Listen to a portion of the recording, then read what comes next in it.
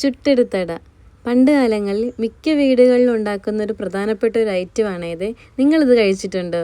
1900-ൻ്റെയൊക്കെ ഒരു നൊസ്റ്റു ഉണ്ടാക്കുന്ന ഒരു ഐറ്റമാണിത്. സ്കൂളിൽ പഠിച്ചിരുന്ന സമയത്ത് അപ്പുറത്തെ വീട്ടിലെ അമ്മ ഉണ്ടാക്കി തന്നാണ് ഞാനിത് ആദ്യമായിട്ട് കഴിക്കുന്നത്. ഇതവിടെ എപ്പോൾ ഉണ്ടാക്കിയാലും ഞാൻ പോയി കഴിക്കുമായിരുന്നു. അത്രയ്ക്ക് ഇഷ്ടമാണ് എനിക്കിത്. 1 കപ്പ് തേങ്ങയിലേക്ക് 1/2 കപ്പ് ശർക്കര പാനിയും 1/2 ടീസ്പൂൺ ഏലക്ക പൊടിച്ചതും 1/2 ടീസ്പൂൺ നല്ല ജീരകം പൊടിച്ചതും ചേർത്ത് നന്നായിട്ട് മിക്സാക്കി മാറ്റി വെക്കാം. 2 കപ്പ് ഗോതമ്പ് പൊടിയിലേക്ക് 1 ടീസ്പൂൺ ഉപ്പും ചേർത്ത് ആവശ്യത്തിന് വെള്ളവും ചേർത്ത് നന്നായിട്ട് മിക്സാക്കാം.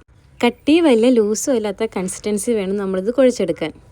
ഇതുപോലെ നമുക്ക് വാഴയിൽ സെറ്റാക്കി കൊടുക്കാവേ. എല്ലാം ഇതുപോലെ ഞാൻ ആക്കി എടുത്തിട്ടുണ്ട്. ഇനി നമുക്ക് ചുട്ടെടുക്കാം. വിറകടുപ്പിലാണ് ഞാൻ ഇത് ചുട്ടെടുക്കുന്നത്. ഗ്യാസ് അടുപ്പിൽ നമുക്ക് ചുട്ടെടുക്കാവേ.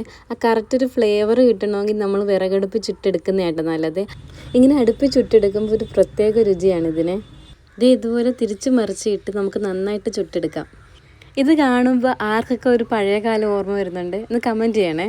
ഈ ഒരു സമയത്ത് പ്രത്യേകതരം ഒരു മണവും കൂടെ വരുവേ. എൻ്റെ പൊന്നോ, ഒരു രക്ഷയില്ലാത്ത മണമാണേ.